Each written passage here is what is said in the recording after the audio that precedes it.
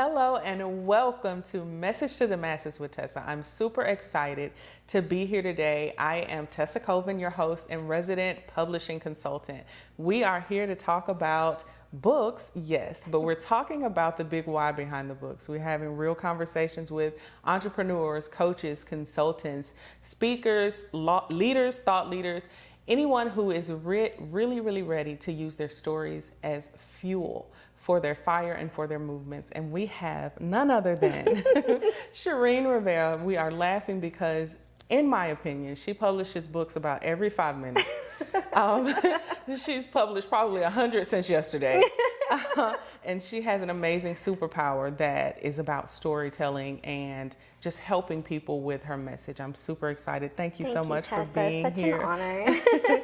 You are amazing. We're going to get into it. One of the things that just blows my mind, so we're going to talk about it a little bit later, is that you were able to convince your 6-year-old to write a book with you. That's a superpower, okay? So before we get into that, tell us a little bit about you, your work, and how you ended up here where you are. Okay. Well, I know most looking at me wouldn't think that I'm a fighter, but I'm a fighter. I have fought for everything that I have in my life, my inner peace, my relationship with God, my business, breaking the cycle of mediocrity in my family.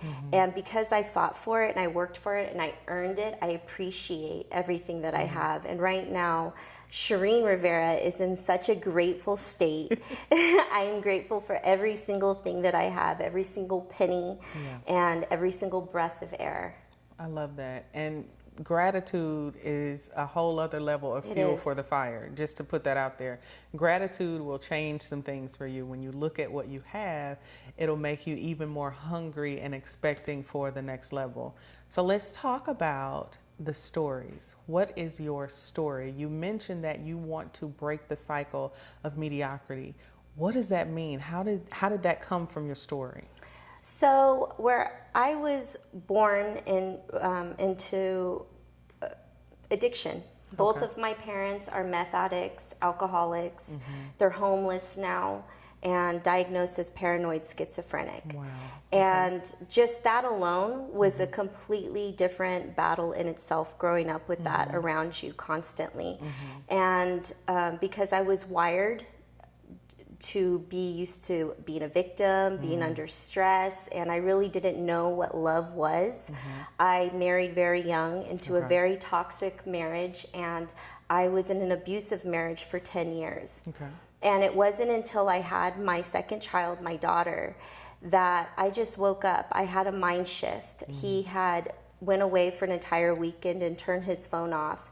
And he came back home and we were arguing. I was holding my daughter and he kicked me in my chest. Wow. And I dropped my daughter. My son was standing there watching me.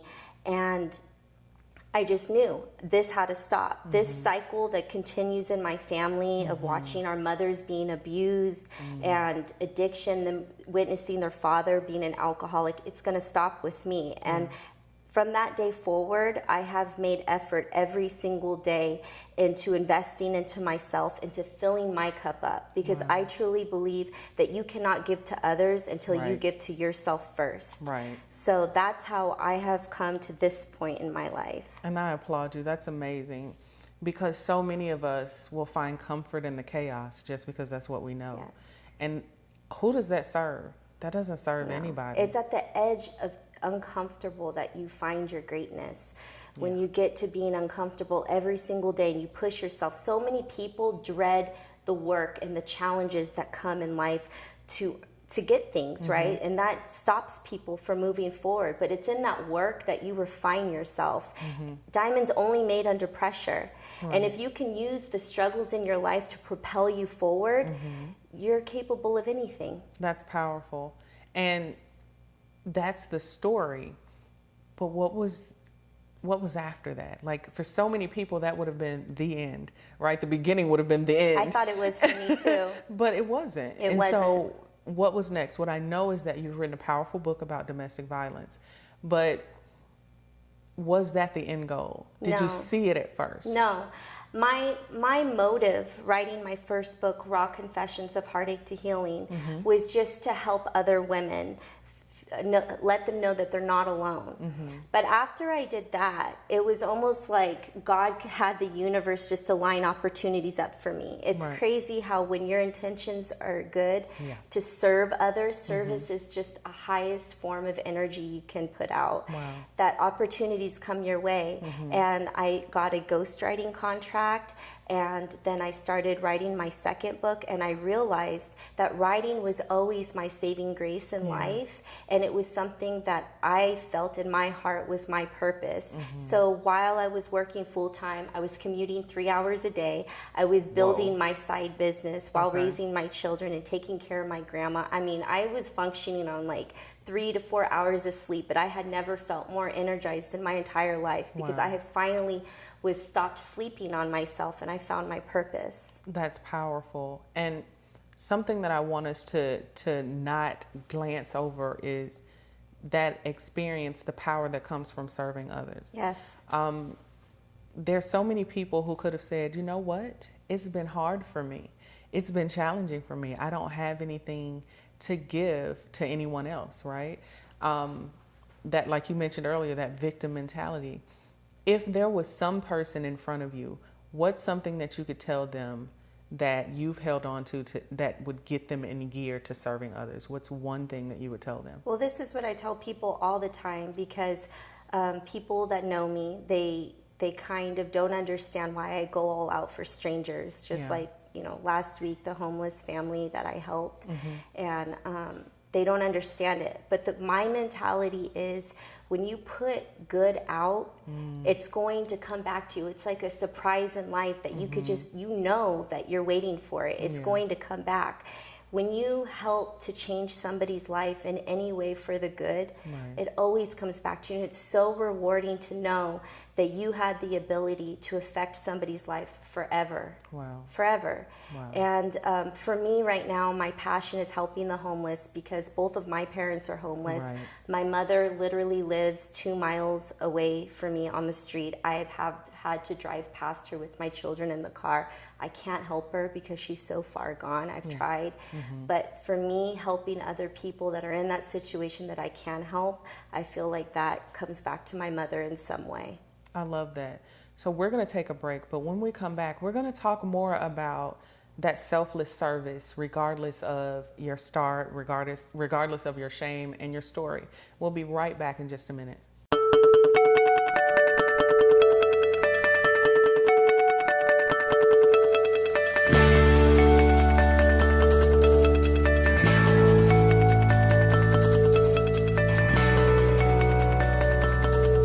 Welcome back to Message to the Masses with Tesa. We have the amazing, I say that, I mean that, the amazing Shareen Rivera. Thank you. And in the time that we've been on the show, I'm sure she's had like 6 books published. She is the queen of books. I, as a person who loves books, loves all things publishing, I'm a big fan. I honor you and I appreciate you. And I want to dive back into the conversation that we're having about being able to serve regardless of what your story is. You know, you've already told us your story, your beginning could have been your end. And for a lot of people, it would have been. You know, I don't know if I would have had the wherewithal to pull myself out of that situation. And how do you, I know you have children, I know you help women. How do you help women see things that way? Like, however I started, it doesn't matter. I can still serve. I'm still valuable. How do you help do that? How do you help them accomplish that thoughts and those beliefs? I help them accomplish it by realizing that the change in helping others first starts with helping yourself. That's the first step. And being able to own where you've come from and own what you've been through and where you are right now with what you've been given, and just keeping it all the way real with yourself is the very first step. You cannot give to others or help others or lead others until you can do that for yourself first. You have to, like I said earlier, you have to fill your cup up. And it may look selfish to the world. People may not understand what you're doing and they may judge you, and that's okay, because when your intent is pure and your heart is pure and you know that you're doing it for a better future, then everything else will fall into place. And that makes a lot of sense. You know, anybody who's ever been on a plane, you know, they tell you the first thing you do is you make sure you secure your oxygen mask before you start trying to save others. Yes. My husband is former military, and I knew this before, but I've heard the phrase, the first rule of survival is self-preservation, more than I can count. Yes. But I understand well, you can't be good to someone else until you take care of yourself. Yes. So that's powerful. And I even want to kind of transition into having that conversation about this amazing 6-year-old author. I have a teenager and a 21-year-old, and I'm just trying to get us to agree on where we're going to eat. And you know, you've got a 6-year-old who's writing a book. That's why I'm telling you this is her superpower. How did that happen? How did that come about? So one thing I found in my journey of writing is that using pain from what I've been through, or something that maybe I felt ashamed with, shame with, helped me in my writing, because it made me feel like I was empowering another person. Yeah. So my 6-year-old struggles with a little bit of PTSD, because when he was a child, he saw me being abused at night. And nighttime triggers him looking for me, and he wakes up in these terrors and feeling very scared. Yeah. So I've been doing a lot of therapy and things with him, teaching him meditation. But I also one day just had the idea that if I used things that I was ashamed about and things that I feared, and I used it to help others, why can't my son do that? Wow.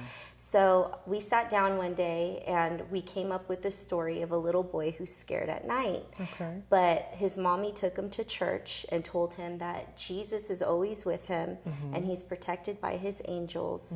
And my son talks about how he feels safe now at night, knowing that angels around him, and we are working with a graphic designer to design the pictures, and he's all into it right now. He even got on the phone with the graphic designer and was like, I want his hair to look like my hair.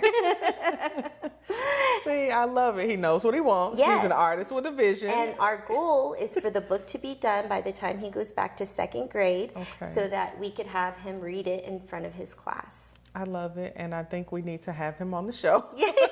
We need to have a conversation with him about his book. But I want to just not glance over how powerful this is. You know, not only have you, like, he will have no understanding that, oh, writing a book is hard. Like, that's not going to be a part of his person. He's going to be like, I wrote a book when I was 6. I don't know. He sees me writing all the about. time, so it's normal. Right. It's a normal thing. He's got a new normal. Yes. And so that's amazing. Let's talk about your work helping other people create new normals. I know you mentioned ghostwriting. I know you mentioned that you've been writing, and I'm joking when I say, you know, she's written 100 books in the past day, but she does have several things coming down the pipeline. But let's talk a little bit about how you're helping people create new normals. I know that you've spoken in a bunch of different places. Tell us about the message that you share when you speak. My message is that sharing is an integral part of healing. Why? Because sharing your story helps you own your past. And when you can own your past, you know what your identity is. When you can be vulnerable with the entire world and not feel like you have to wear a mask and cover up things, because we all tend to do that normally. We want to pretend like we have it all together and that we know it all, but really none of us have it all figured out. No. And so I truly believe by sharing your story, you're not only empowering other people and helping somebody else, but you're helping yourself as well by owning your identity. And that's what I really promote in my business, is for people to be really vulnerable with themselves first by writing it on paper, and then owning it, accepting it, and letting it go. That's beautiful. And I know that makes for powerful books. I know from personal experience, and I know from just as a reader. I'm always better able to connect with the author if they're being authentic and they're not being like this super technical, you know, type of, if you're giving me real stories that I can consume and draw parallels to my life. So here's what I'm going to do. I know we're about to go to break here in a second, but I want to leave you with a question to think on. When we come back, I want you to think of the one thing that you would tell someone who is struggling to write their book about how to get it done. Not the technical piece, but the inner work. Okay. We'll be right back in just a moment to continue this conversation.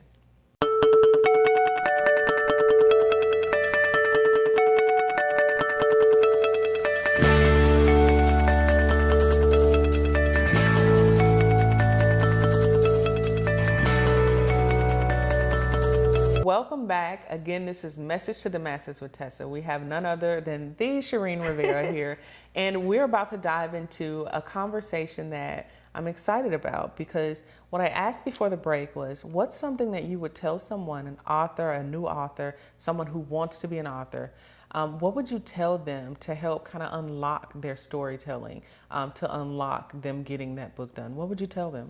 The first main struggle that I think a lot of people have when writing their autobiography or memoir is they're worried about what people will think. Mm-hmm. They're worried about what their family members will say. They're worried if people will judge them and not talk to them. And my answer to that is, if you're trying to please everybody else, you are going to fail. Yeah. You will never please everybody else. Right. And until you own your truth, you will never know your identity. Yeah. So you have to push that thought away. People will get mad. People will get hurt. People will judge you. But you have to know that what you're doing and what you're saying is the truth. You're owning your truth, and your intentions are aligned with what you know, and you are trying to help empower other people. And when you live in your truth, that's all that matters. Only good things will come to you, and whoever doesn't want to be in your life or judges you is not meant to be there. And I feel like just knowing that gives you that mind shift to really open up yourself on paper and not judge yourself when you're writing, but just to have an open mind and an open heart through your words. And there's something that I really want to pull out there. You said that your life story can help others. A lot of people don't understand how telling their story can change lives. No. So many of us are just so desensitized to the things that we've been through in life because with time, they've become diluted in our mind. Yeah. So we're desensitized. I was. Growing up, when I was in my 20s, I didn't think much of it, that my parents were addicts or homeless or anything. But that's because it was my norm. Right. It was my norm. And we all have a story, and there is somebody that needs to hear your story. There is somebody that will get something from your story, and you'll plant a seed in their mind that will grow. Right. And you're putting good out. And like we were saying earlier, when you put good out, it just comes back to you. Right. You get to add to your good bank account. Yes. So what's next? We've talked about, what you've done, how you got to this point, the fact that you have a brilliant 6-year-old author. What's next? What's coming down the pipeline? Where will you be? Well, 2019 so far has really been my year. It's been the best year of my life. I can honestly say that. I've been able to quit my 9-to-5 job, which I thought would never really happen, but until I put it into motion and made a strategic plan, I was able to do that and build my business up. So now, for the rest of the year, I plan on to do a lot of professional speaking gigs and to build my writing business up more. And hopefully by this time next year, I'll just be speaking every week somewhere. I love that. So tell me a little bit about some of the places that you're speaking. Do you have anything on the calendar for this year? Yes. So next month in August, I'll be in Phoenix, Arizona, speaking at a summit for Be Daring Foundation, which I'm a board member for. Okay. I'll be speaking there about mental illness, my mother's mental illness, and how it affected me as a child. And then in September, I'll be in LA at a workshop, and I'll be conducting my own workshop about how to write your own book. Okay. And just a lot of little sporadic things going on. Next week, I'll be in San Francisco talking at a women's workshop. I love it. And I love the fact that there's such a diversity in where you're serving and where you're showing up. And they all align with your story. So I kind of want to make sure we drive that home, because there's someone out there who thinks, well, I don't know how my story can help. Your story can help corporations, organizations, it can help individuals. There's so many different areas where your story can, you are a prime example, where your story can help people. As we wrap up, I want you to let the people know how to connect with you, because they want to connect with you. Where can they find you? Where do they need to sign up? I'm on all social media handles, LinkedIn, Facebook, Instagram, and you could find me under Shareen Rivera, and that's Shareen Rivera, and my website, and it's www.shareenrivera.com.